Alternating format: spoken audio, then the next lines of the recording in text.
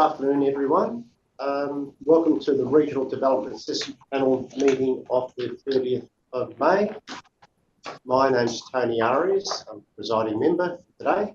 I'll introduce the other panel members. We have Gabriella Poinsian, who's the deputy presiding member, and Clayton Hine, who's the specialist member. From the Shire of Harvey, we have Councillor Carboni and Councillor Campbell. From the RDAP Secretariat, we have Laura Simmons, who's Minute Secretary, and Ashley Kelly, Governance.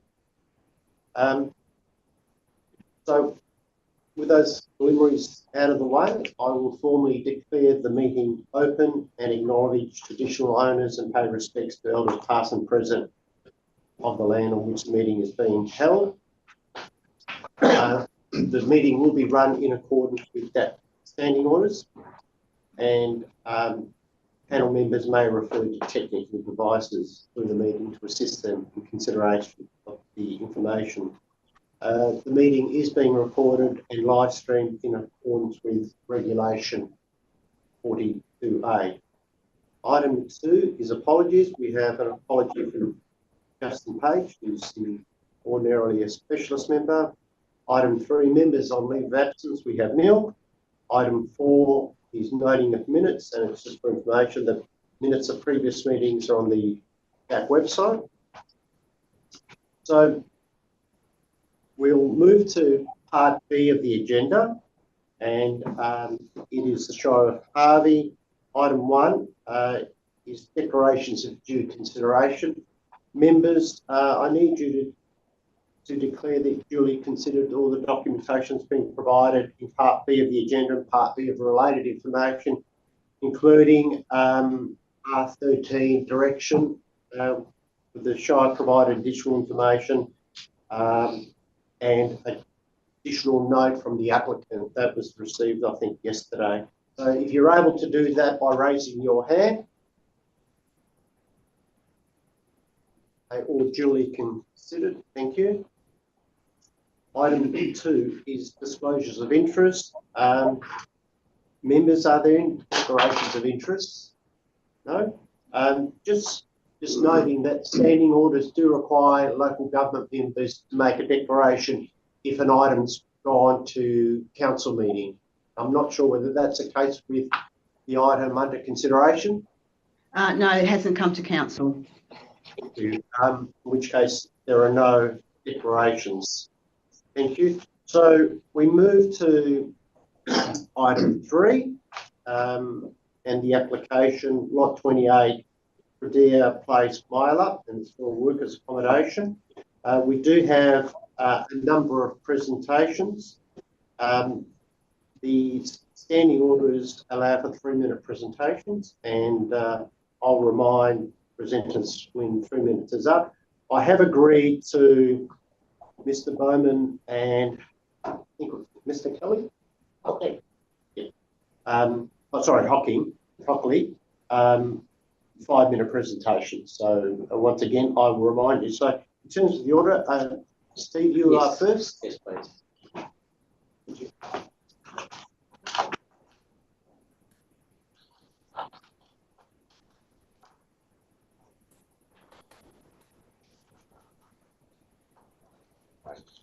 Yeah, that's fine. These are PowerPoint. The PowerPoint.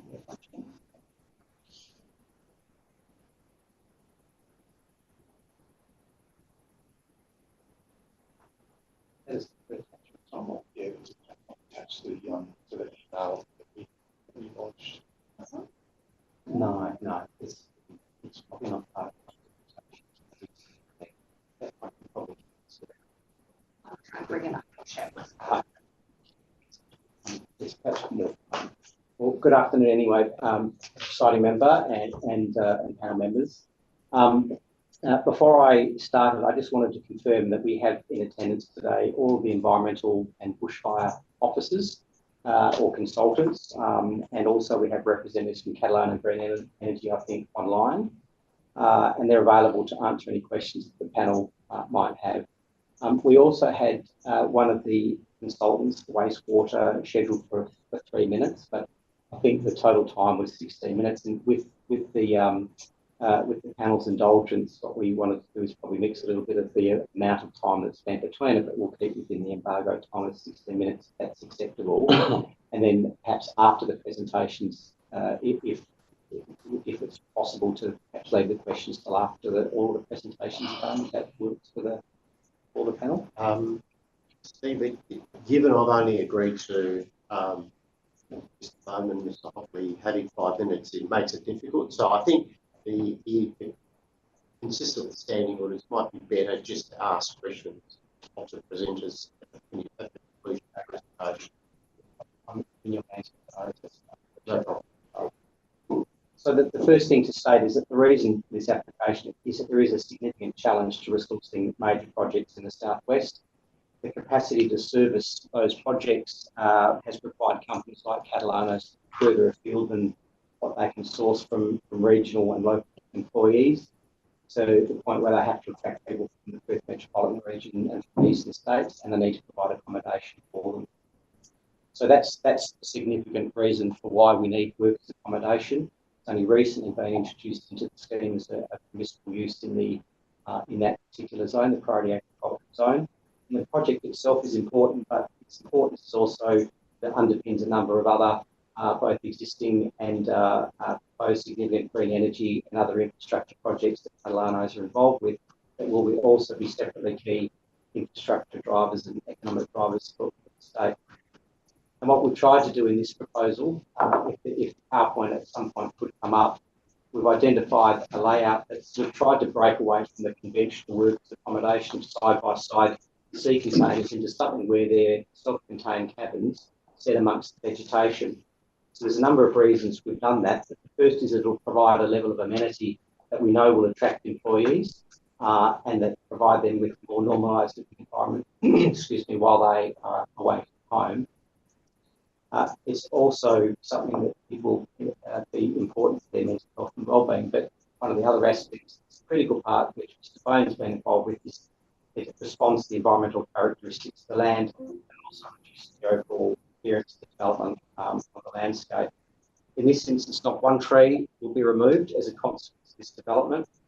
All environmental matters relating to inland waters, social surroundings, greenhouse gas emissions, flora, vegetation and terrestrial fauna were prepared through thorough documentation prepared by our environmental consultants, and they've been comprehensively addressed, to which the EPA, the Appeals Convener, and the Minister for Environment all agree. The EPA advice of the Minister's determination is significant because the determination by the Appeals Convener and the Minister was not available when the Shire prepared its RAR, and they respond specifically to the reasons for route refusal that were issued by the Shire, and also very importantly, the determinations are the most definitive and the most recent evidence that the proposal is acceptable on environmental grounds, should outweigh, we say, reliance by the Shire on its own analysis or based on correspondence that predates the determination by the Minister and the EPA.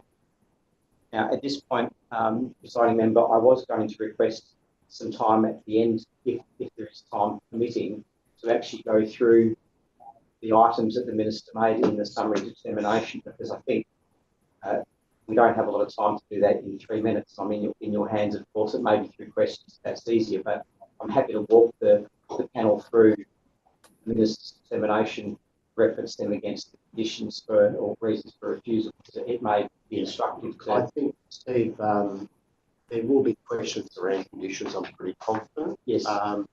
The information which included the Minister's determination has been circulated to all panel members. Thank you. You noted they've made a declaration. So I think from that perspective, let's see what the questions raised. And obviously, Mr. Bowman is going to talk about the environmental component. So have you concluded? I'm happy to. Well, before you do that, we'll see whether there are questions from panel members. So, members, are there questions of Ms. Aladdin? Gabriella, over to you. Yep. Okay, here. No, you're on mute now.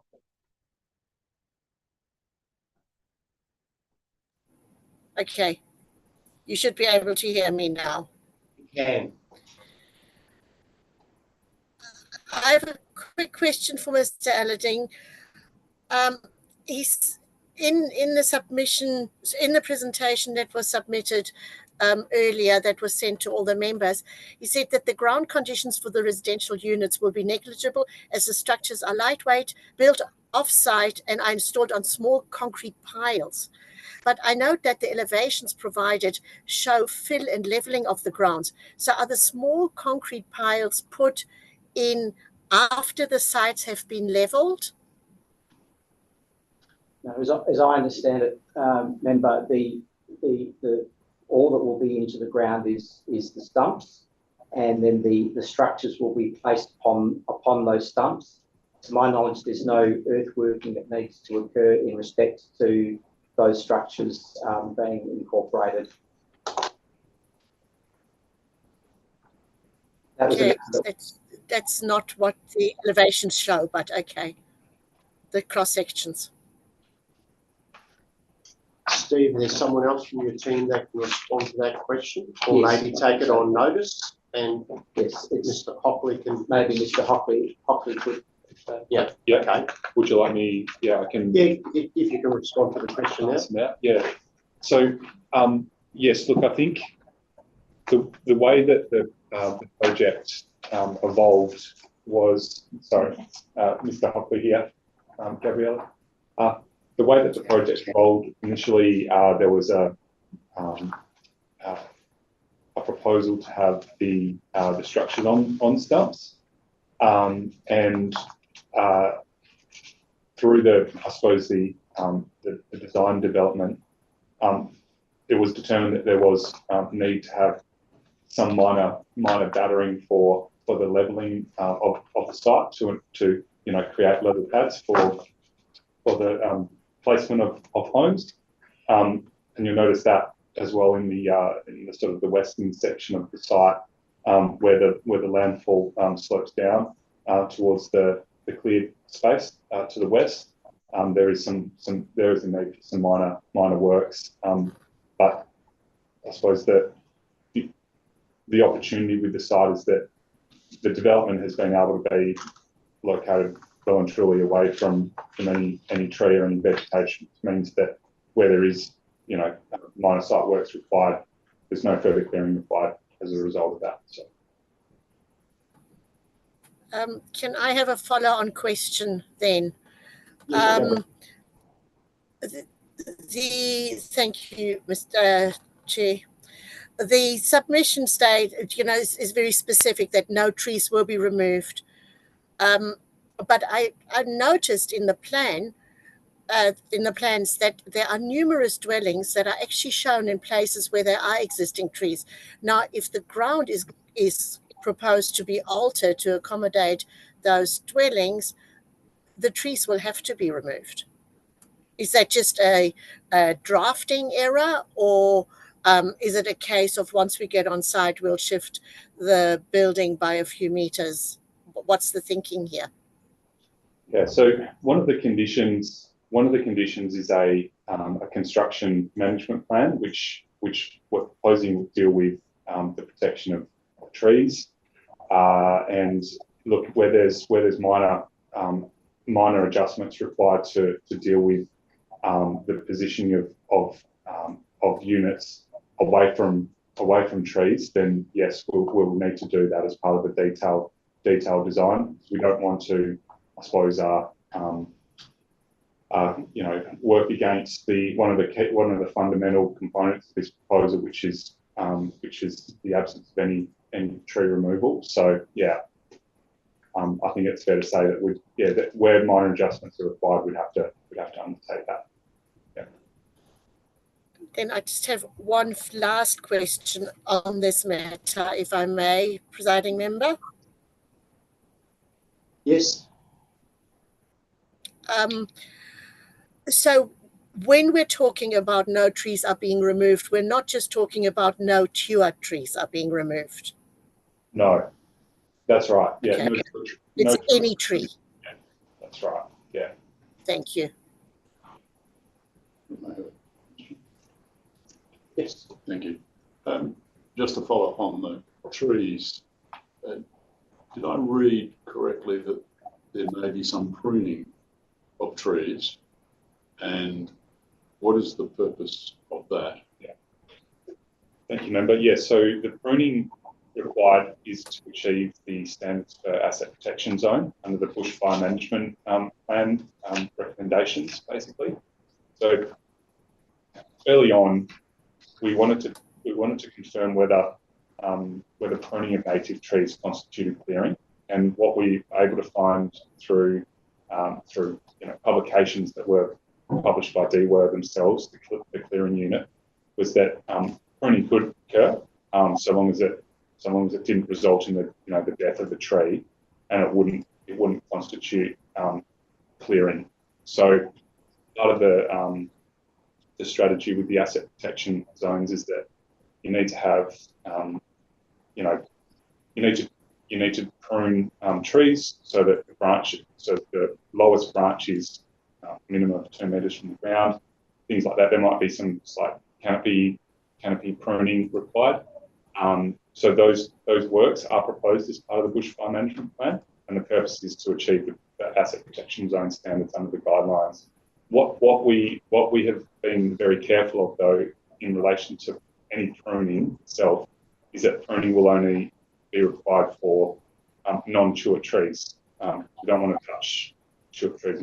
We can still achieve the APZ compliance without touching any chewed trees. It'll just be the other non-chewed natives that will require some pruning as part of the proposal. Just as a follow-up question, one of the conditions refers to, post condition refers to the drip line. Yeah.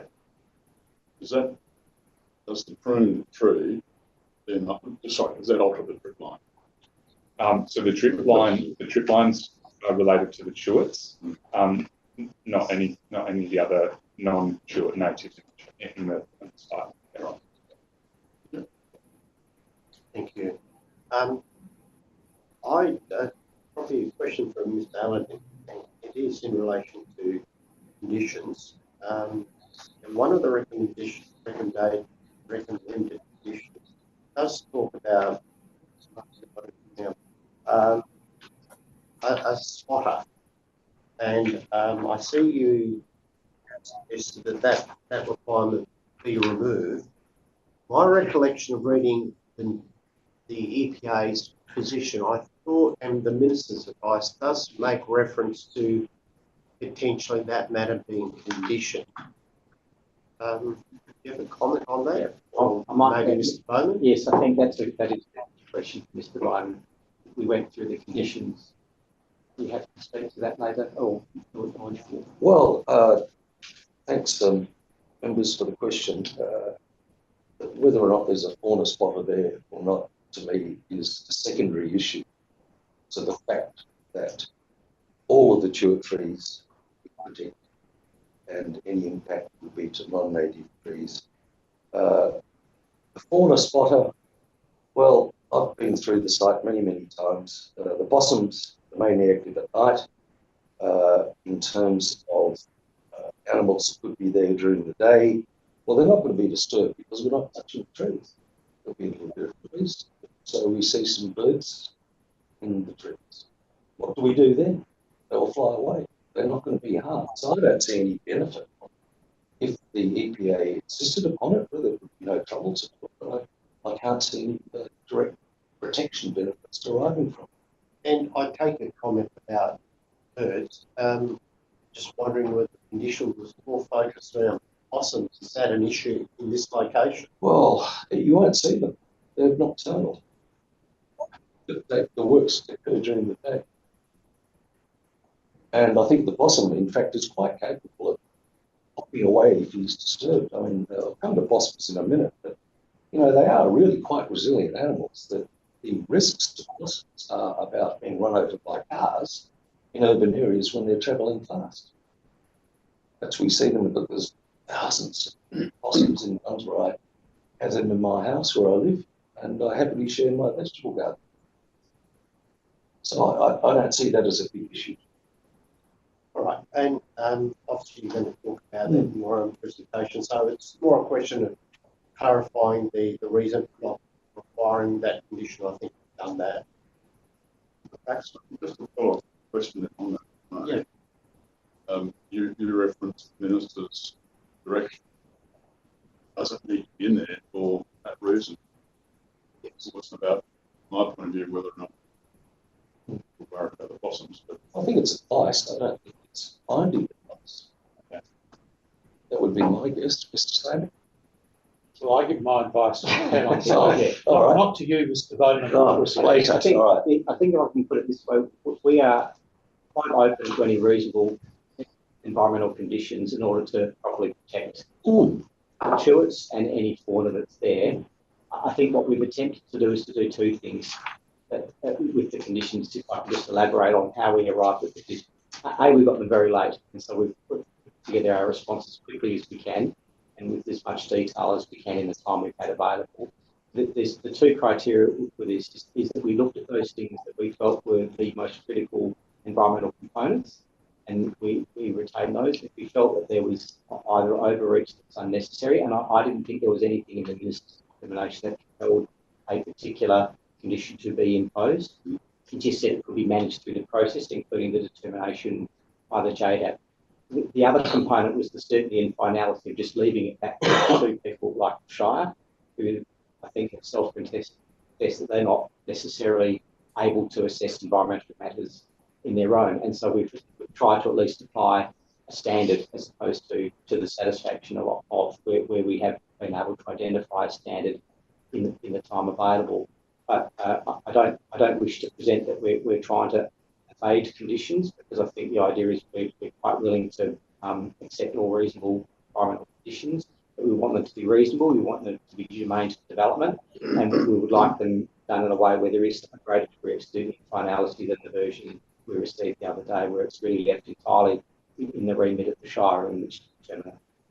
Yeah, and I think Mr. Hyman's question is, I think, relevant in the context of the environmental assessment, which have been comprehensive and undertaken, didn't suggest there was no impact, suggested there was no significant impact of the form of assessment.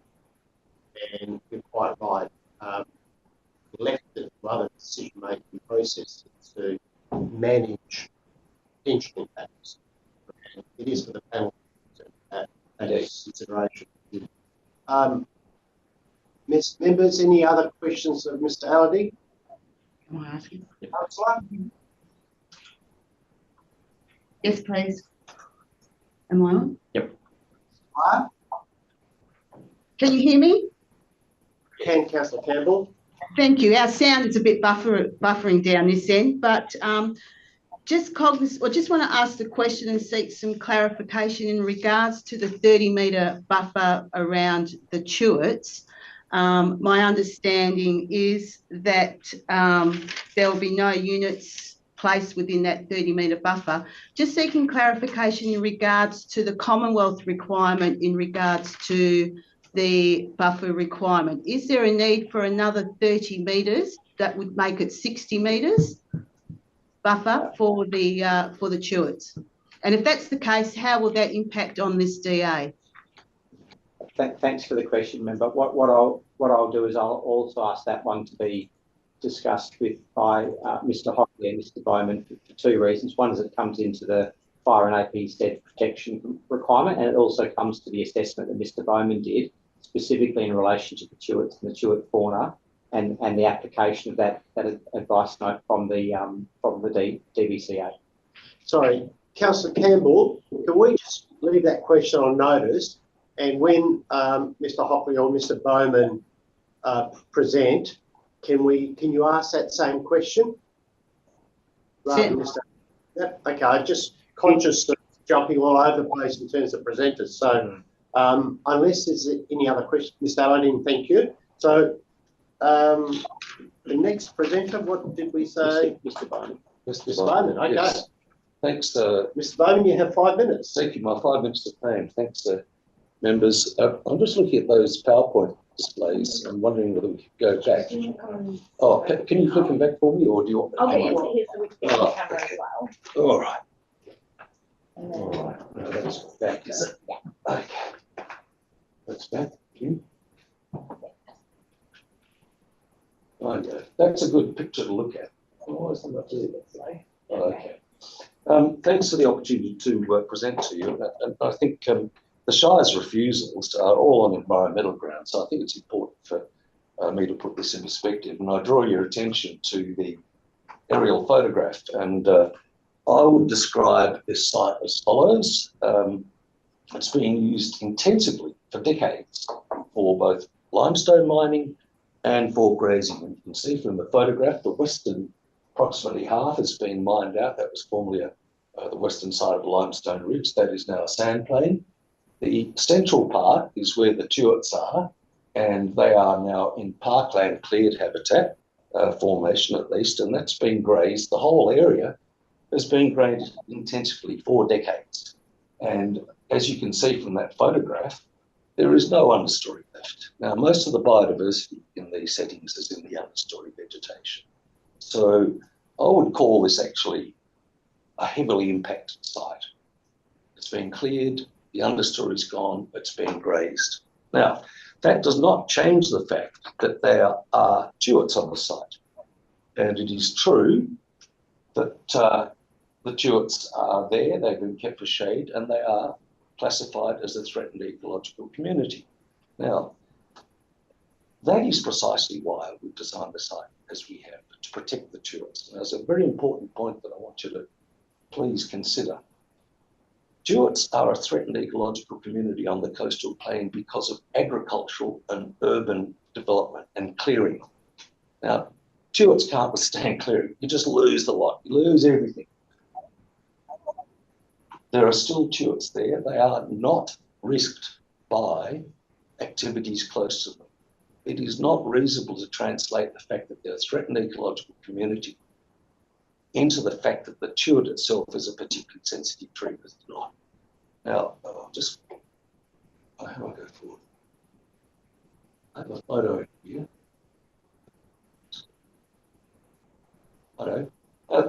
When that comes up, that is a picture of Stirling Road in the Shire of Capel, and they are roadside tuarts.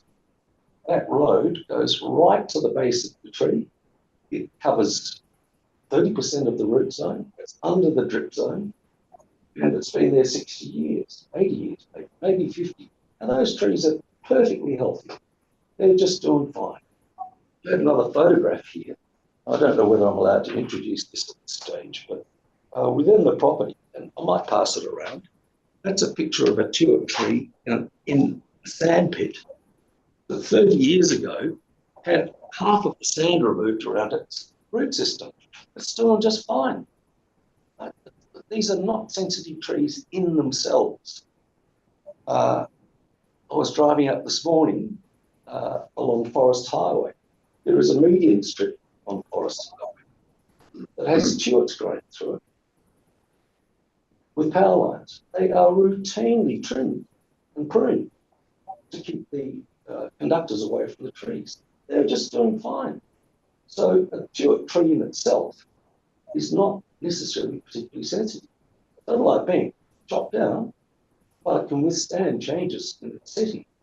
Now, this is really what we've gone about with positioning. We have said that we recognise even though we have evidence that says you can build roads under them, you can dig them up if you want, they continue. But the certainty that we've put into this process to protect the tuarts is to say, well, no development under the grounds. All of the trees have to be away from the grounds. So the vacant space, and I'll go back slides.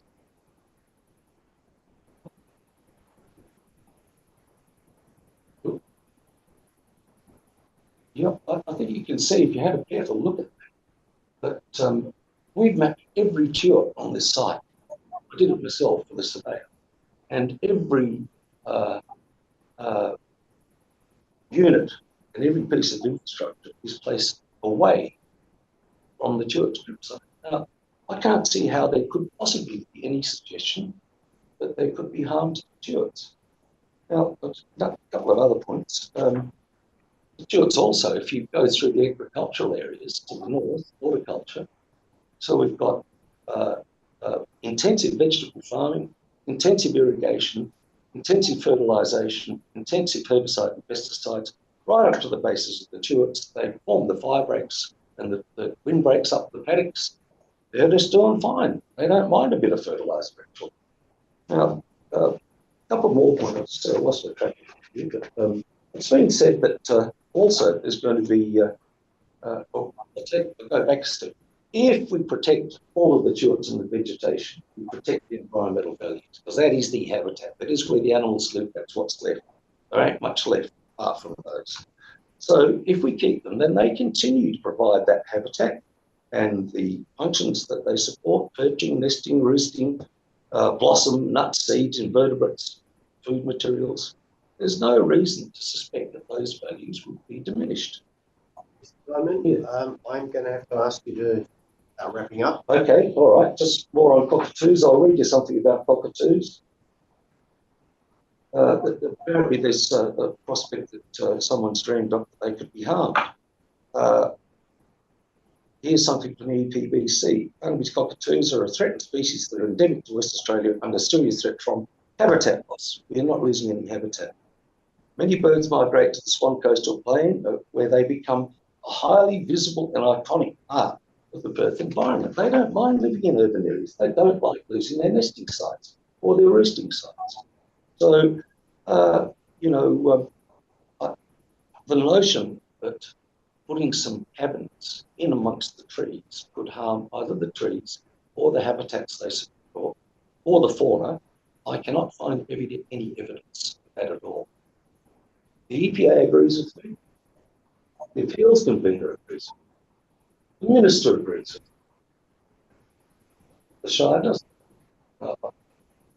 My proposition would be, in 40 years of environmental consulting, I probably haven't seen a proposal that has less impact on the environment than this. So my proposition is that it should be approved. Thanks, Mr. Chairman. Don't run away from there. No. Now, Councillor Campbell put a question, and Councillor Campbell, did you want to reiterate the question, please? Yeah, thank you, Presiding Officer. I just wanted to seek some clarification in regards to the buffer requirements around the tuarts. So my understanding is there's a 30-metre buffer, and then the Commonwealth listing for TECs requires a further 30 metres. So that would make a 60-metre buffer. So I'm just seeking clarification around that. And if that is the case, and we apply that, that will obviously impact this DA.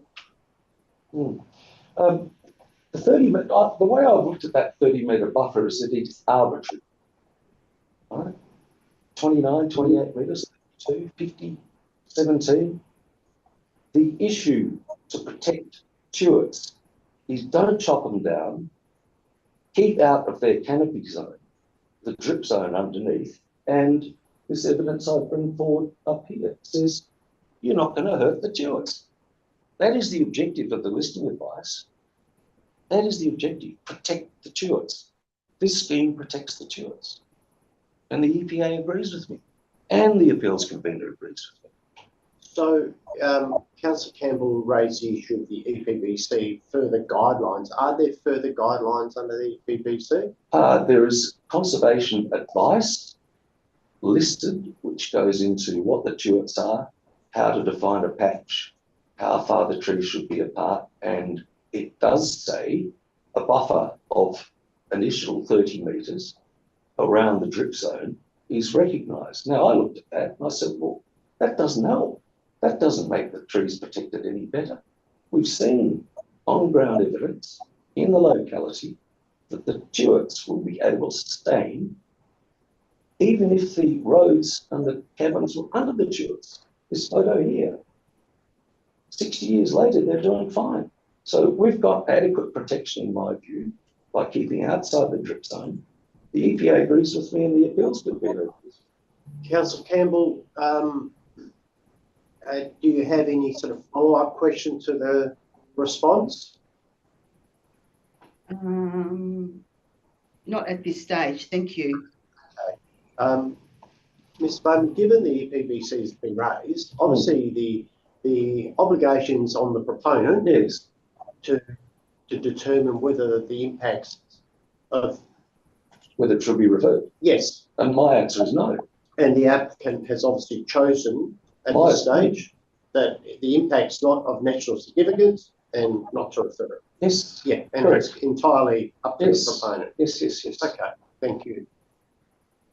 Behind? Yes. Look, just trying to get to the bottom of the 30-metre buffer. Mm. Why would that be suggested then? I understand your argument. Oh, over caution. Well, why not 10 then? Why not 100? But It's just a number. It's a figure that's been put in there for a reason. Caution. That's all I can say, precaution. Because I've got evidence. I've shown it to you. You can come to the site. We're not going to harm the tulips. The objective is to protect the tulips. Don't chop them down. Don't dig the root systems up. We've kept away from the drip line under the crown. And I just go better than you. don't have to just agree with me or believe me. The EPA has no issue. The appeals convener has no issue. They're well aware of that 30-metre matter. And they got the advice from DBCA who said, no problems, which is written down. Members, further questions of Mr. Bowman? Gabriella? Thank you. Yes, thank you, Presiding Member. My question is that the buffer, that 60 or 30-metre buffer, whatever it may be, is not meant to have any development underneath it. But by my reading of the plans, there are quite a few dwellings that are actually going to be located in that buffer zone. Am I just seeing it wrong? Or are we saying it doesn't matter that dwellings are placed, dwellings and paving for roads and what have you are placed in that buffer zone? The buffer that we've recognised is the canopy and the tree. And our proposition is that that is the most important part of the conservation advice. Don't chop the trees down. Don't develop under the canopy. The matter of the 30 metres, as I said, the EPA has agreed with me that that's not an issue. The appeals convener has taken independent advice, examined the EPA's process. They agree with me. Just to clarify the question that's been put. So, Ms. Bowman, you're saying that the development has used the 30 metres as a guide or not? So I think that was the nature of the question. No, we haven't used it as a guide. No, so we've used the tree and the canopy as the guide. Steve's just handed me something. DBCA advised that the proposal is unlikely to significantly impact the tulip woodlands if the trees remain vigorous throughout the life of the accommodation and within the development area to be returned to pre-development condition of no buildings. That's quite clear. okay. That's DBCA advice. So the question was whether that buffer is being applied. No, in it's response, not. It's not. Okay. No. Gabriella, is that clear? The response? Yes, thank you. I understand that. Yeah. Okay. Members, any other questions of Mr. Bowman? No, Mr. Bowman, thank you.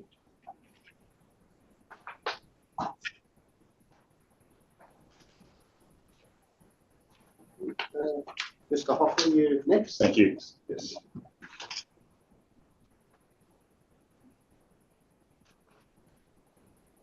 Thank you, panel, for the opportunity to speak today. I'm speaking today, I suppose, as in my role as a planning consultant and a level 2 BPAD bushfire practitioner. I also have Lyndon Weirs on the call today. I think he is available. He's speaking as the qualified BPAD level 3 bushfire practitioner and a fire engineer. So both Lyndon and I have been involved with this site in the preparation or since the preparation phases. And and have both been involved in the documentation required as part of the project. The proposal, the workforce accommodation proposal, has been assessed as a vulnerable land use in accordance with SPP 3.7 and the guidelines. And so accordingly, 3 comprehensive bushfire management documents have been produced to ensure the highest level of protection to lives and property within the site can be achieved with minimal associated environmental impacts, as we've heard today. So that's included the bushfire management plan, bushfire emergency and evacuation plan, and a bushfire risk management plan to deal with the on-site battery and solar array. So this proposal is essentially similar to a vulnerable tourism land use described in the guidelines, although the occupants of the proposal will typically remain on site for either 2 or 5 week periods and will return regularly throughout the year. So as such, the occupants familiar with their surrounds will have access to private vehicles and will be able to mobilise off-site evacuation as a primary bushfire response at short notice, or relocate to the refuge as a last resort measure. Now, I'm just going to bushfire management strategies. As confirmed in the RAR, there's no dispute that elements 1 and 2 of the guidelines relating to suitable location of development and the siting and design consideration have been met. This has been achieved through the provision and maintenance of asset protection zones throughout the site, and the positioning of buildings away from surrounding vegetated areas, both surrounding the site and within the site. See the vegetation plots shown there in a green highlight, and so this way, all the habitable buildings on the site can achieve a maximum BAL 29 or lower. So that has effectively resulted in the achievement of elements 1 and 2 of the guidelines. Now, coming back to the aerial site plan. Site plan is characterised by a large cleared level grass area at its western end, approximately 400 metres by 400 metres in area, historically mined for limestone. So it's quite a unique site characteristic, which fortunately favours a safe area for on-site refuge due to the significant area of manageable grassland and its separation from surrounding vegetation on all sides. As such, if a similar form of vulnerable tourism development was considered on the site, it would be capable of achieving the acceptable solutions for on-site shelter under element 5 guidelines. Coming to the context plan here. Reasons for refusal set out in the RAR relate to compliance with element 3, vehicular access, element 4, water, and guidelines. In relation to access, the subject site is serviced by Treadray Place to the east, which is a trafficable road connecting the site with the Forest Highway further to the east, to the two green arrows, by Taranto Road to the south. Treadray Place is a legacy non-compliant dead-end public road, and the landowner therefore has no means of providing for a compliant secondary point of vehicle access to service the site within the existing public road network. The approach taken in this instance to overcome the legacy public road non-compliance was to tailor a bushfire management response through the identification of a suitable destination on site, capable of achieving a BAL low rating, providing for a secondary point of access compliant with acceptable solution A3.2A of the guidelines, and the provision of an on-site refuge in this location. As outlined in our response to refusal reasons, there is an emerging pattern of DAP decision-making which acknowledges legacy access issues in bushfire-prone areas and supports innovative bushfire management solutions to addressing access non-compliances. This includes the provision of on-site refuges as a place of last resort, consistent with the solution provided in this application. In relation to element 4, water, as outlined in our response to refusal reasons, the proposal achieves the acceptable solution A 4.2 through the practical application of the strategic water supply requirements, which are 50,000 litres per 25 lots for a conventional subdivision. So that, when you apply that to the development, totals 200,000 litres of required water supply. And we've also provided a separate dedicated fire tank of 144,000 litres at the battery and solar array. So for these reasons, we seek staff support in approving this project. We have to take questions from the panel. Thank you, Mr. Hockley. Members, questions? Gabriella? Thank you, presiding member. If the proposal complies with the acceptable solutions under the guidelines for planning in bushfire-prone areas, why has the DFS still flagged the two concerns on vehicular access and water? Surely they go by the same rules and would also assume that the guidelines are good enough?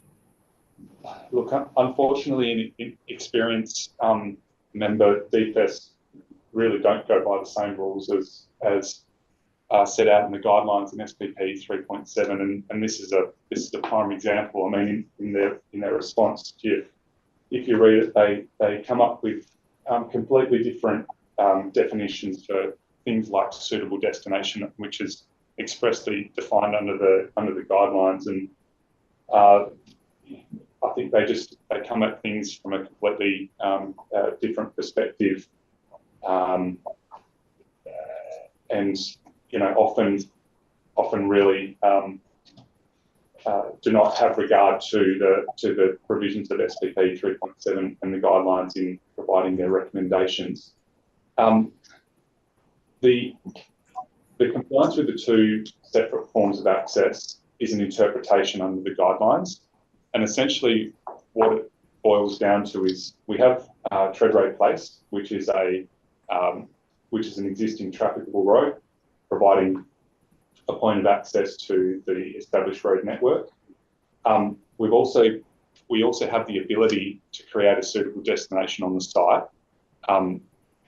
through the management of the grassland to the west within the formerly mined area, due to the fact that that area is quite large and capable of being managed in such a way that we can achieve a low BAL rating within the site. So we've applied that as a means of achieving the two separate forms of access for the site to two separate suitable destinations. So that's the way we've approached it, and that's how we've interpreted it. Mr. Hockley, just to clarify, you said you're a level 2, Yes. certified level 2. Is it Mr. Weir? Yeah, Lyndon Weirs. Yeah, Yes. he's 3. Lyndon, are you able to provide additional comment in terms of Ms. Boynson's question about DFS position? I think Tom certainly summarised it reasonably well. If I was to describe it, they've got an institutional position against any kind of on-site refuge. And so my experience is they will not support the use of on-site refuge. It's now for tourism land uses, it's explicitly stated that where a proponent can't resolve vehicular access issues, similar to this, that on-site refuge is an option to use for last resort shelter in place. And my experience is that DFS still don't want to support that. And essentially, we've adopted a similar approach here by creating a place of relative safety or a suitable destination on site that is suitable for sheltering in a bushfire if off-site evacuation is not possible. And I think it's important to also state that our strategy, and it's documented in the emergency evacuation plan, is that off-site evacuation is the preference. It should be done, preemptively and early to maximise the chance of getting people away, so that the use of on-site refuge is absolutely a last resort and hopefully not required. I think also what Tom alluded to as well is, and this is important as well, that their occupants here are not going to be on site generally during the day, during the highest risk part of the day. They'll be elsewhere at work. So there's not necessarily going to be people here anyway at that point in time. from my perspective, I think it comes down to we've created a suitable destination. DFES are saying that they don't believe that it should be allowed to be on site, but the definition doesn't preclude that. We've used principles that are essentially replicated in element 5 of the bushfire guidelines for creating on-site refuge, where it's very clearly stated that it's I suppose a viable bushfire risk management measure, and that's the strategy that we've employed here. Thank you. Gabriella? I think I'm good for the time being. Thank you. Thank you. Just a follow-up question, if I may. Is nighttime evacuation a more difficult proposition, as most of the people here would be there during the evening hours? Sorry, was that just the nighttime evacuation? Well, most of the occupants here are going to be there probably between the hours of 6 p.m. and 6 a.m. Yeah. Look, I mean, it's not. Pros and cons. I mean, you've got a lot more daytime traffic, which might lead to traffic congestion and other issues as well out on Forest Highway versus being able to get people out at night versus, another thing that needs to be noted here is that there really isn't a huge history of large bushfires in this part of the world. Not to say that they couldn't happen. Certainly things like Yarloop came, but you'd have a long amount of time to react to that. There's no doubt that trying to get people out at night is not as easy as during the day. But then I would say that the bushfire risk, a bushfire igniting at night where temperatures are lower, humidity's up, winds are generally a bit more benign, less ignition sources, things like that, are probably less, significantly less likely. Okay, thank you. Members, any other questions? Councillor Carboni? My question, Mr. Presiding Member, and I might need a bit of indulgence here because my reasons for objection are a little bit different than the officer's report. As was stated earlier, this never came before council, so this is the first I've seen this proposal. So my reasons for objection are, and I'm not going to. I'll get to the question, but I'm not going to enter into debate. But this property is on under the Greater Bunbury Region scheme. This area is zoned as basic raw materials, and as you know, there's 3 extractive industry licences that border this property. My question is, Albemarle were recently given approval for accommodation camp on Catalano land at the south of the diesel plant, which is probably not even a kilometre away from where you are from this proposal. So that was given approval. It's on cleared land. Why wouldn't you consider putting this proposal or these accommodation units on that land, which is closer to Binningup, which would have a better outcome for Binningup as far as an economic benefit? Now, the property to the south of this proposal, and I know it well because I used to own it and I used to crush limestone there, and that has a works approval on that property. And as part of the works approval for crushing and screening, you're required to have a 1 kilometre buffer, noise buffer. So this would take in all of that property with that existing works approval that's on that property now. So the next time the owner now of that property and that operation goes to apply or to renew his extraction licence, they will all be deemed as sensitive receptors. The cabins that you're putting on that property will all be deemed as sensitive receptors, whether people are living in them or not during the day. So that's what I see as a problem. So my question is, going back to the question, why wouldn't you just put it on the property that Albemarle already got approval for, which is a Catalano-owned property? Thank you for the question, Councillor. Look, I can't speak for the decisions of our clients around the selection of site, but I can say that in relation to this particular site, obviously with its with its characteristics being, I suppose, favourable to, quite a pleasant living environment. It was seen to be a nice spot for this type of land use. The question about the separation from existing extractive industry was definitely something that we looked at early on, because it was clear from what we understood about the site that there are pre-existing extraction operations around the site, including the adjacent site to the south and other sites south along Treadway Place. The nature of this proposal, though, is essentially that workforce will be accommodated on the site at night after 5 or 6 p.m. They'll stay there at night, and in the morning they'll be taken off to their workplaces at around 5 or 6 a.m. So for the most part, there'll be very few people residing on site during the normal operational hours of the adjacent extractive industries.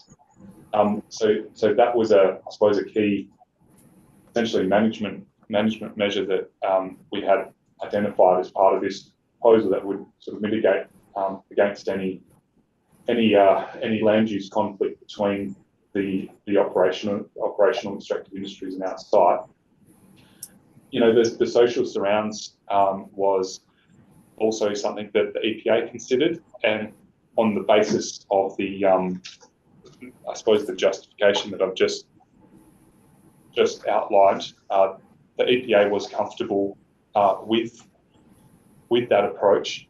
Now, I'm just reading here from the appeals convener's report, or I think the minister's, the EPA, the appeals convener's report, the minister's determination, which is included attachment 1 of our response to reasons for refusal. They said,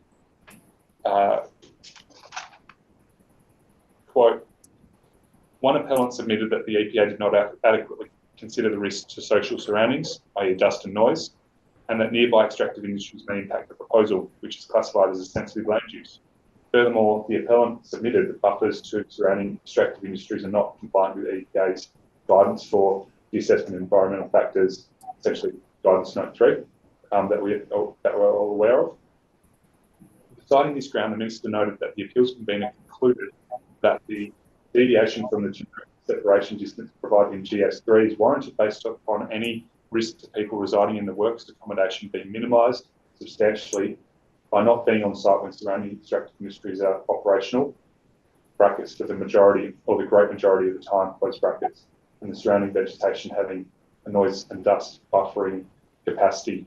So that essentially reflects, I suppose, my comments in answer to the question. Yeah, I'm happy to ask any questions. Thank you, Ms. Hoffman. Councillor Carboni, just a point of clarification. Our role is to determine the application we've got before us.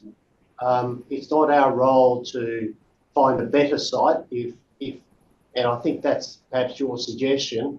Whilst there may be better sites, that's not our role. Our role is to determine the application before us. It may mean you don't support it, but that's our role. I completely understand that, but I just threw it in there because they own the land so close by and it's cleared land.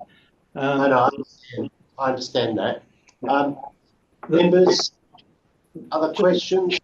Oh, sorry, Councillor Carboni, did you want another question? Well, yeah, just to follow up on a question, I take on note the EPA and the appeals convener report that he just stated. But the fact is, when you apply for a works permit, you go through a different government department and they will impose conditions where they want a 1 metre buffer around that crushing and screening operation. So if this was to pass, then I would like to see a condition put in there that there is no one on site between the hours of 7 a.m. and 6 p.m, which are the operating hours of the extractive industries that surround this area. Okay. Thanks for that. Yeah, I don't know if that's a question for the applicant. I think it's a matter for the panel and for you if you think it's appropriate when we actually debate the item.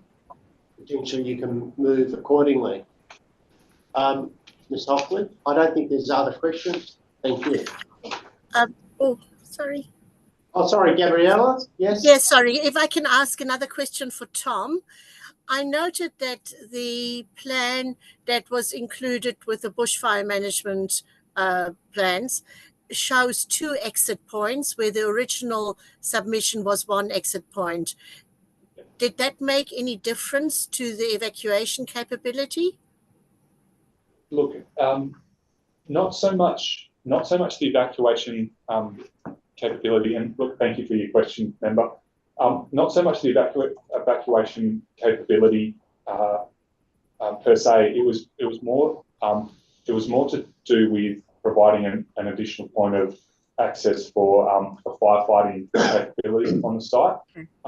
Yes, look, for the accommodation units in the sort of the northern portion of the, you know how the site's essentially divided up into 2 portions. You've got the western accommodation and then the central eastern accommodation. Definitely for people in the northern section of that, the eastern accommodation area, it'd probably be a more convenient path of escape for them. But from what I understand, and Lyndon, you might want to jump in and just let me know if this is your agreement too. But I think with an evacuation response, you probably want to have quite a sort of a regularised and understood approach to evacuating the site, being that everyone evacuates from the same location. And if you've got a driveway that's well established along the southern boundary, that's probably going to provide for the best, I suppose, and clearest point of exit for occupants. I think primarily it won't make much difference to offsite evacuation. You'd only be going if conditions were safe to do so, and you still end up back on Treadway and then back on Forest where there's congestion there. I think primarily that was for DFE's operational flexibility more so than if they're on site during a fire, and it just gives them more of a loop road rather than I think previously they might have had to come back through the site a bit more. So I think primarily that was the advantage of it. But that second exit point you would be keen to retain, I take it. Yeah, I think it was something that was suggested by DFES, and it was an amendment made to the original design that I think there was no objection from the, certainly better access is for their purpose is better than not enough. Okay, thank you. Thank you, Mr. Thank you. So the final presenter, Jim Kelly. Jim.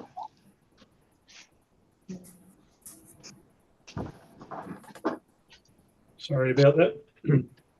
Yeah, so with respect to the wastewater treatment plant, it has been designed as a passive treatment system where the energy requirements on it are exceptionally low and has half the carbon footprint of a typical packaged or aerobic treatment unit.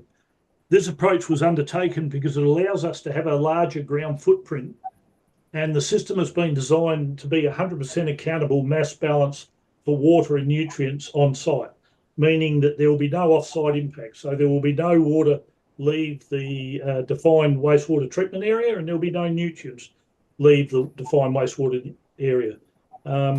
Plants will be installed and planted, and they will use all of the water and nutrients.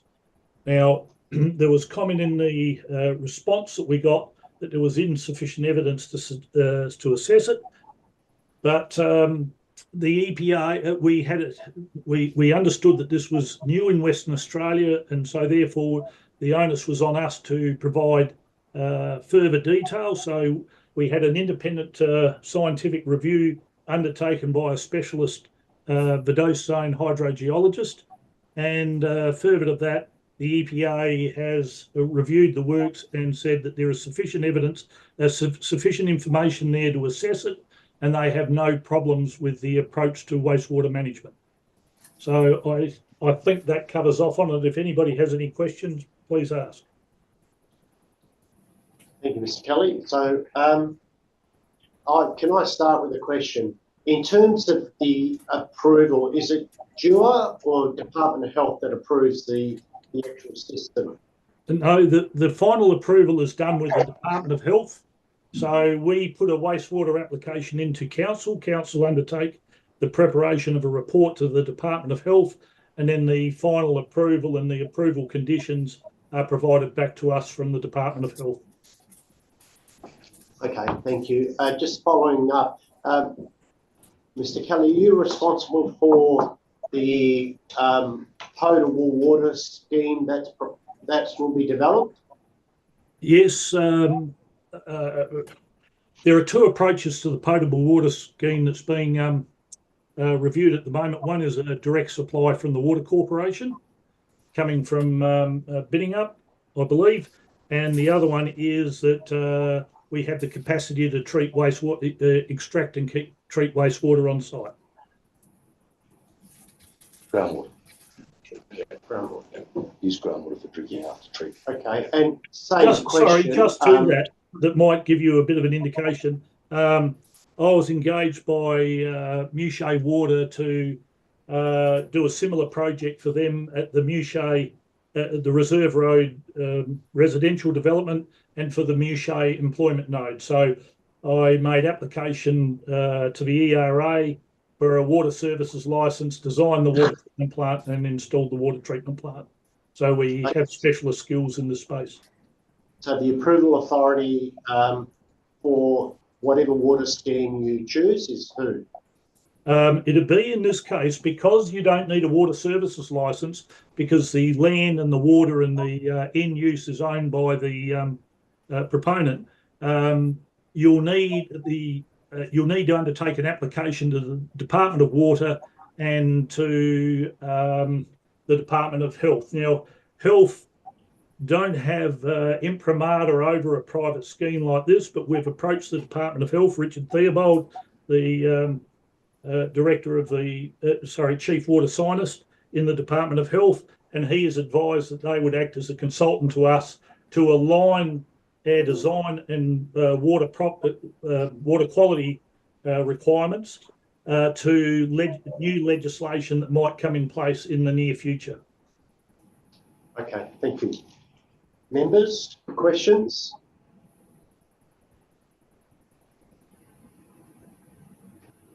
All right, well, thank you, Mr. Kelly, for your presentation.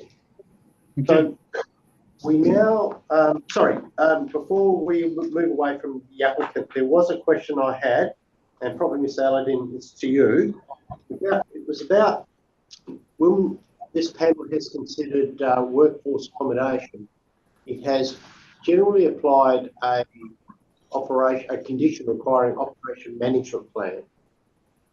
And it was going to be a question to the Shire officers as well, and not the condition isn't recommended. As I said, typically, because it is workers' accommodation to deal with sort of hours of operation, deliveries, I guess behaviour. In this case, because there is some environmental values on site, perhaps guidance on how to deal with the environment. Is that something you would have difficulty with that was proposed? I think we're quite content to have an operational management plan. I think it might be contained in here with different nomenclature and separated in parts. And what we've tried to do is to strip out those things that relate to try and apply a standard, as opposed to just being to the satisfaction of the Shire. Now, this wasn't a construction environmental management plan. This is more around the operation of the facility. Yeah. Well, we have no objection to that condition. Okay, all right. And it is a question I'll put to the Shire officers. In which case we will move to Shire officers. Elizabeth, are you the right person to direct questions to? or is someone else? Through you, Mr. Chairman. No, so Elizabeth unfortunately had some prior engagements for today, and I will be sitting in on her behalf, and I'll couch that by saying she has a far higher knowledge of mine on this, but I am fully aware of everything that's been discussed in this application to date. Well, can I start off with a question I just put to Ms. Allen about, I know the recommendation in the RAA is to refuse, but there is no proposed condition around an operation management plan. Is that something, if the committee or the panel was prepared to support the application, is that something you think would be beneficial? I think that would be an appropriate conclusion, yes. Okay, all right, thank you. Members, are there questions for the Shire officers? Gabriella? Thank you, Chair.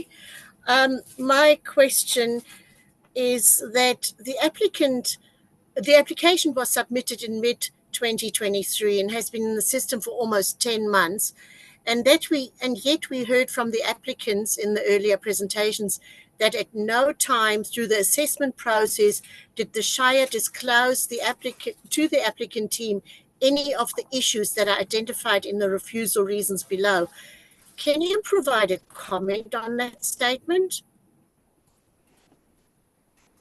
Through you, Mr. Chairman. Look, I think that to state that there has been no disclosure of any of the assessment process or the issues to date is a very far reach of the truth in that matter. We have kept the applicant fully informed in terms of all the submissions that have been received from the relevant referral authorities. So to make a blanket statement that hasn't occurred is misleading. There are some parcels of correspondence that we have used in our assessment of the application that have not been provided to them, and quite frankly probably aren't actually required from a statutory point of view to be provided to the applicant.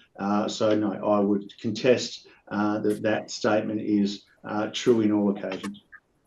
Thank you. Councillor Carboni, you had a question? Yes, so similar to the question that I asked the proponent before, this land is under basic raw materials under the Greater Bunbury Region scheme, and I noticed Shire staff have weighted their refusal on the environmental aspect of it.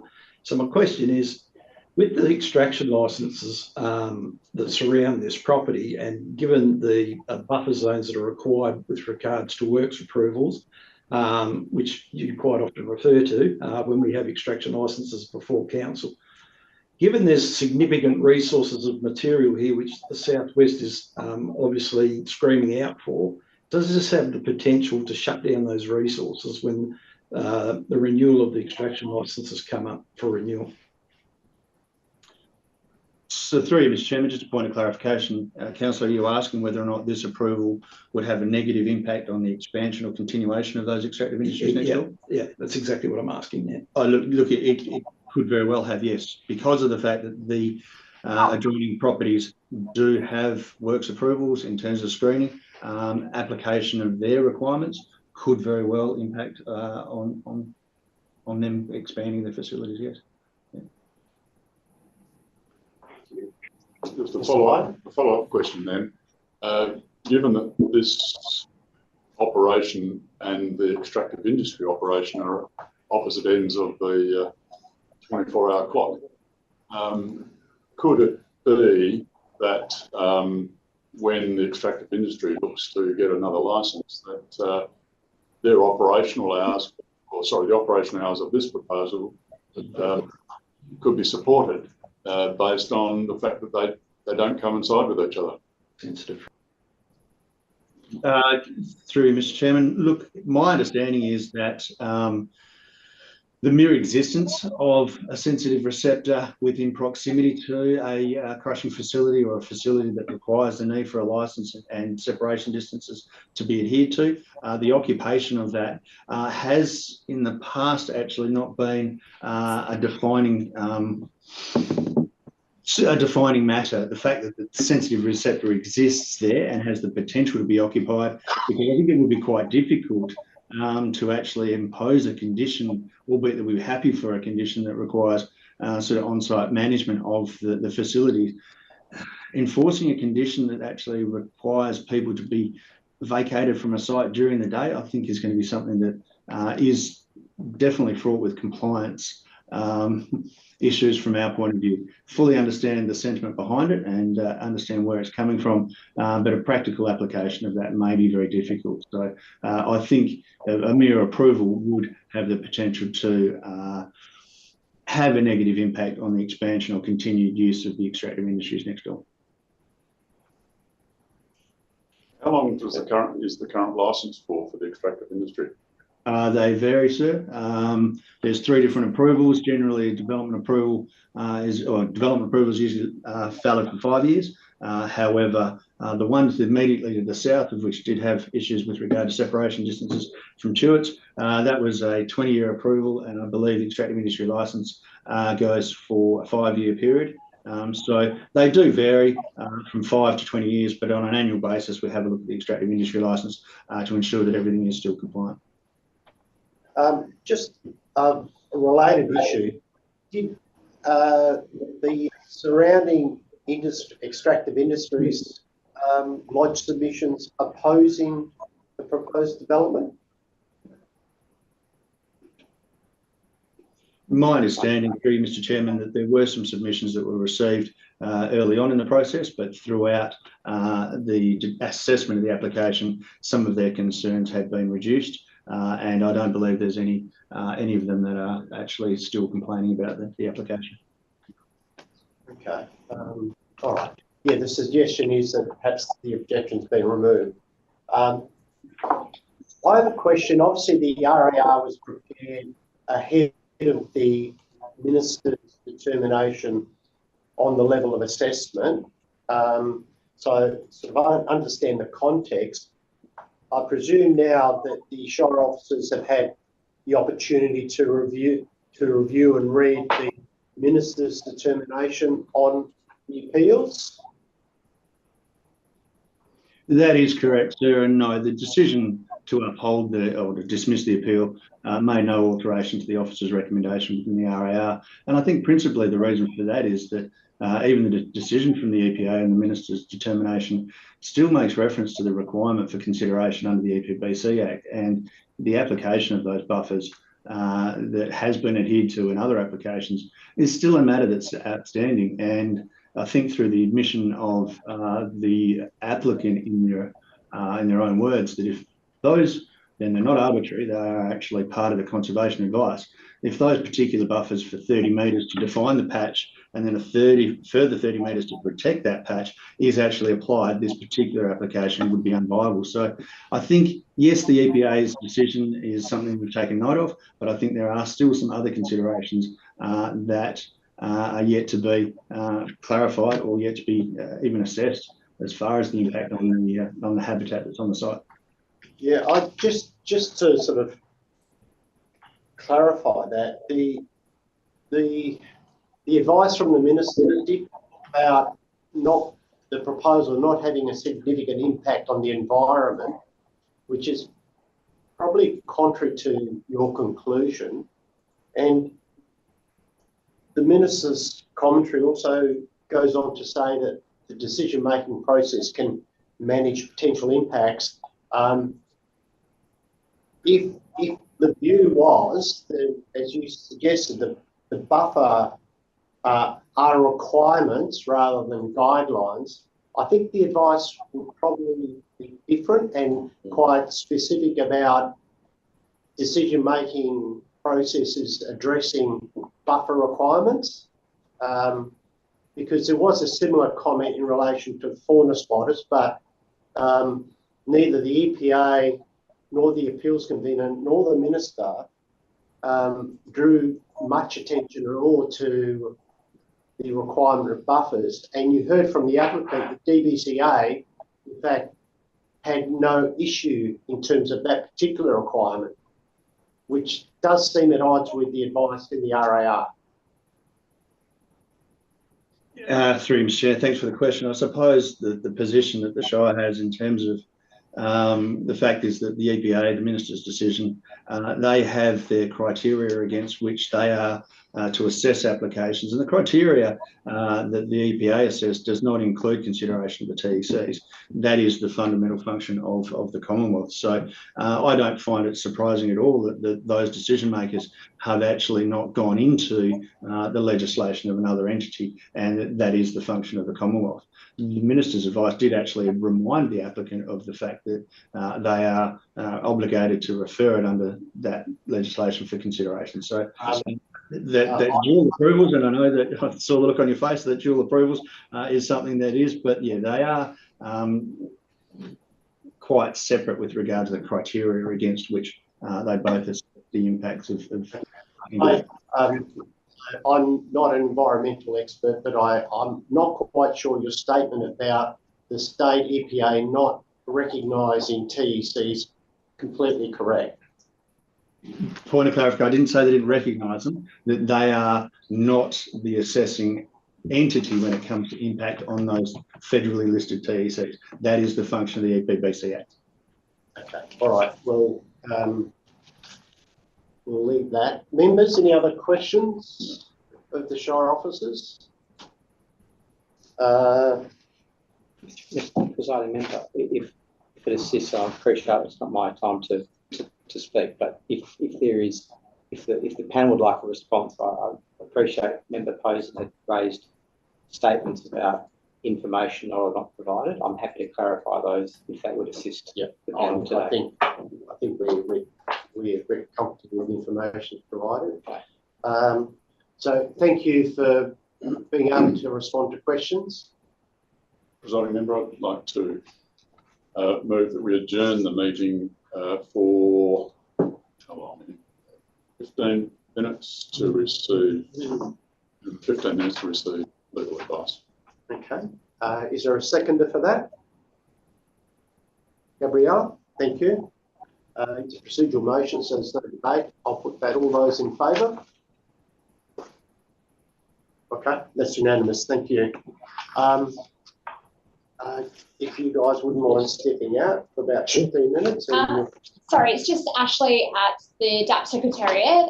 Just in regards to the Shire of Harvey, I was just wondering if Ben could leave the room and just have the councillors in the room by themselves. Yeah, just the two councillors only, please, as it's legal.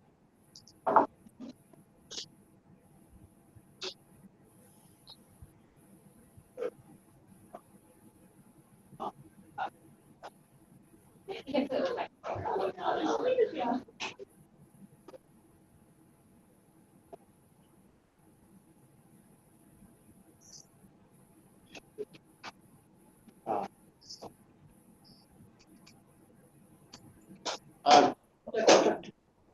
Sorry? I was just going to say, Michelle and Craig, Clayton Hines just stepped out to the gentlemen, so we're just going to think for a couple of minutes. No problem.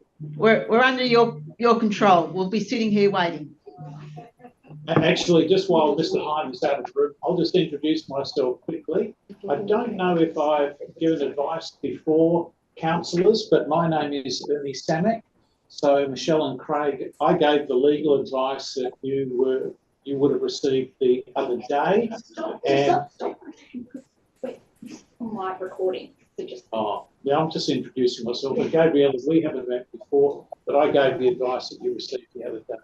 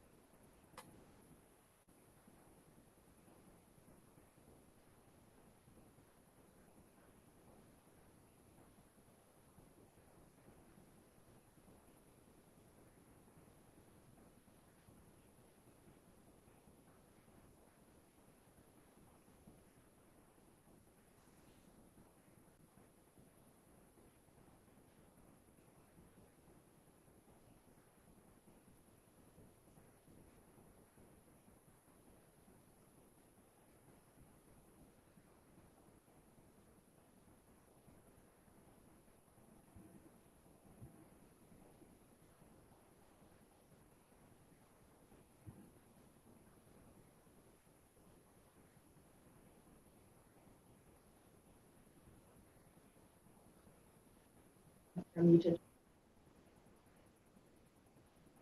Hi, Gabriella and councillors. It's just Ashley from the DAP Secretariat. I'm just going to give you a call on your mobiles, just as we're on live stream. So just bear with me a moment. Sure.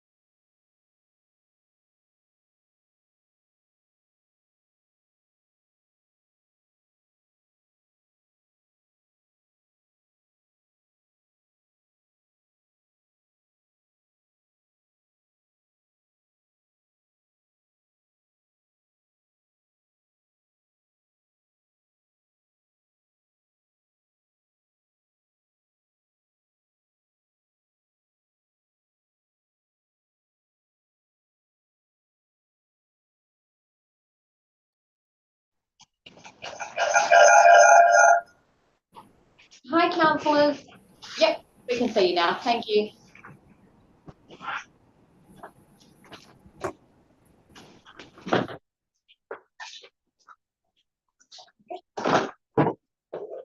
Can everybody hear us okay now? Great, thank you. Okay. Thank you, everyone, and we will resume the meeting at 2:50. Sorry, yeah, 2:50. So we now move to the RAR recommendation, and we've got a RAR recommendation to refuse, and for reasons listed. Is someone prepared to move the recommendation in the RAR? Councillor Carboni. Is there a seconder for that recommendation? Councillor Campbell. Councillor Carboni, did you want to talk to that motion?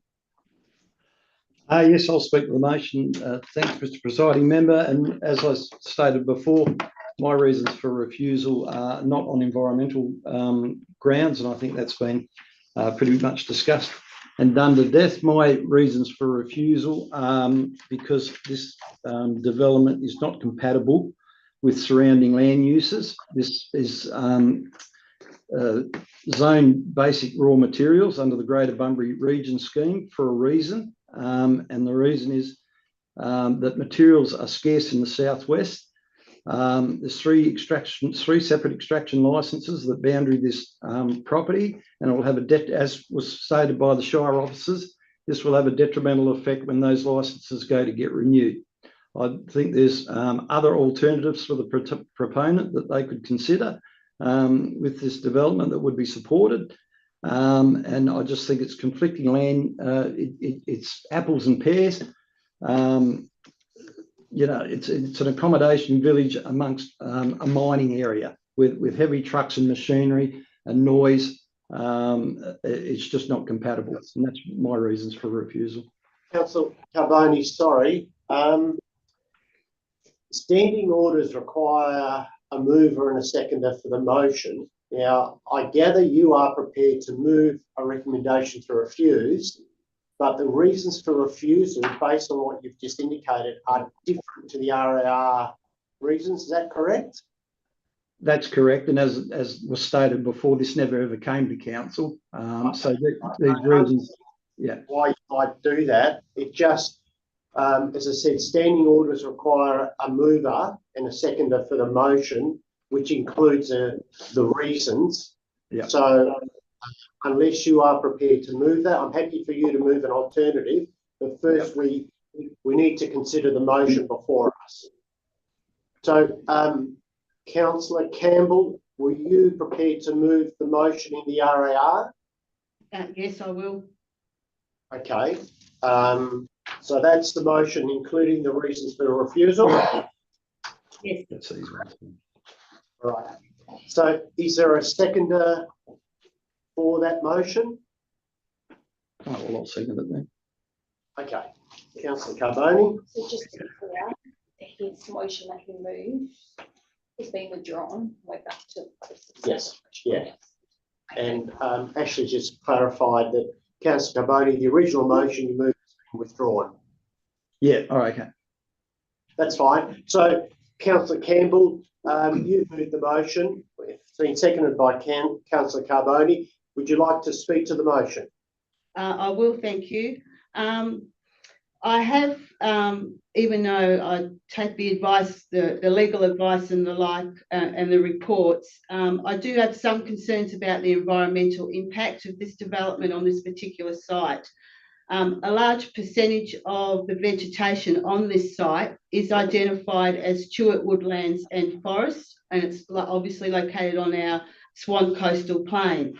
And it's a protected TEC, protected by the Commonwealth EPBC Act. And to date, we have not had any referrals or advice in regards to following up with that Act. it's likely that the vegetation under this development will impact on the habitat, and this habitat is needed for the conservation of fauna species such as the ringtail possum and the black cockatoos. So I believe that it will impact on their habitat. It's likely that the vegetation within this development envelope will be impacted, and we also need to be cognizant that this habitat or this vegetation provides the connectivity linkages to the surrounding areas, and this is important to be maintained and not to be disrupted. So purely on the environmental impacts, I support the recommendation outlined in the RAR. Thank you, Councillor Campbell. Councillor Carboni, did you want to talk to the motion? No, I won't add to that, thanks. Okay. Is anyone opposed to the motion and wanting to speak to it? Mr. Hyatt? Thank you. Yes, I completely accept the points being raised by Councillor Campbell. However, it's been made perfectly clear to us that, and this is coming from the peak body and the Minister, that these environmental impacts are not significant. Doesn't mean to say they're not there, as we know, or there are some impacts, but they're not significant. And I'm quite convinced from what I've heard today that those not so significant impacts can be managed on site or through appropriate conditions. So for those reasons, I can't accept the recommendation for refusal before us today. Thank you. Anyone else wanting to speak to the motion, in favour of the motion? Gabriella?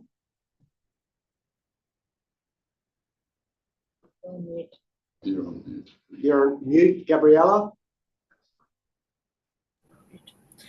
I found this application very conflicting. On the one hand, I can see that the proposal has merit.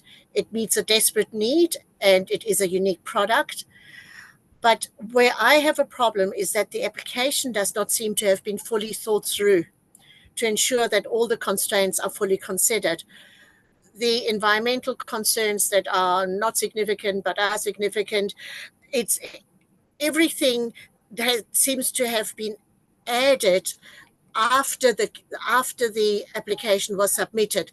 The goalposts have moved, and to me, that just shows that the application, as it stands at the moment, has not been fully thought through, and it doesn't address all the constraints, fully address all the constraints. Consequently, the proposal does not adequately respond to the concerns, such as bushfire, such as the impact on water table and potable water supply, and the impact of ecological communities. And while those may not be significant at a state level, the Shire is responsible to try and protect the environmental values as much as possible. So from my perspective, these are big ticket items, and just conditioning them could have far-reaching implications for the proposal, to such an extent that the proposal might be entirely different from what we have in front of us. The officers have done a very good job to provide an alternative recommendation, trying to preempt any possible circumstance with extensive conditions. But I think the unknowns in this instance are too great to ensure that everything is appropriately covered. I don't believe there are enough grounds for a refusal, but I am also not in favor of a conditional approval.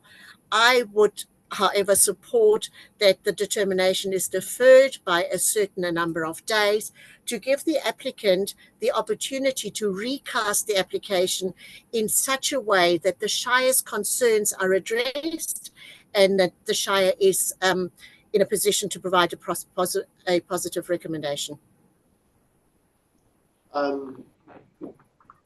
Gabriella, I think you initially started the commentary based on supporting a refusal. Are you suggesting now that you don't think there's grounds for refusal? Is that what you just said? I think a number of the grounds for refusal will not stand up. But I think even before we get to a determination, there are a lot of items that have not been fully addressed. For instance, you have plans that show houses where trees are located. That needs to be further refined, and the whole idea of whether you have a foundation, whether you're going to be moving the ground in order to put down this foundation, all these questions need to be resolved before we actually get to a determination. If we had to refuse the application, all these items would be ironed out at SAT. Okay, thank you. I won't be supporting the motion. In the context of the Shire Town Planning Scheme, So, it is a... Mr. John, point of order. I thought that Ms. Poison moved a deferral. No, she didn't. Yes, I am proposing a deferral of about 120 days to enable those items that are the basis of the refusal, the reasons of refusal, to be ironed out between the applicant and the Shire. Okay, so you are moving a procedural motion? Yes. For a period of 120 days? Sorry? 120 days? Okay, all right. All right, so... Just need a seconder and there's right. Okay, yep. All right. Is someone prepared to second that procedural motion to defer the application? Oh, Councillor Carboni? Right, there's no debate on the procedural motion. I'll put that. All those in favour? Yes, that's 3. Opposed? The motion is carried. Confirming what the reasons were for deferral. Yeah, okay. Gabriella, and you just to clarify the reasons for the deferral? To enable the applicant to recast the proposal and address the reasons, the original reasons for refusal, so that the applicant and the Shire get to a position where both agree on how to move forward.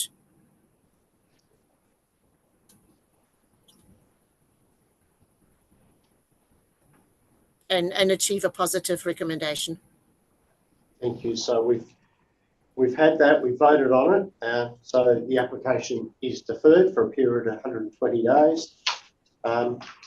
We'll move through the balance of the agenda. Part D, item 1, set applications and Supreme Court appeals. They're listed on the agenda. Item 2, part D, general business. Members, is there any general business? No? In which case, item 3 is meeting closure. Thank you, everyone. It's been a long meeting. Thank you for your participation, and I declare the meeting closed at 3:04. Thank you.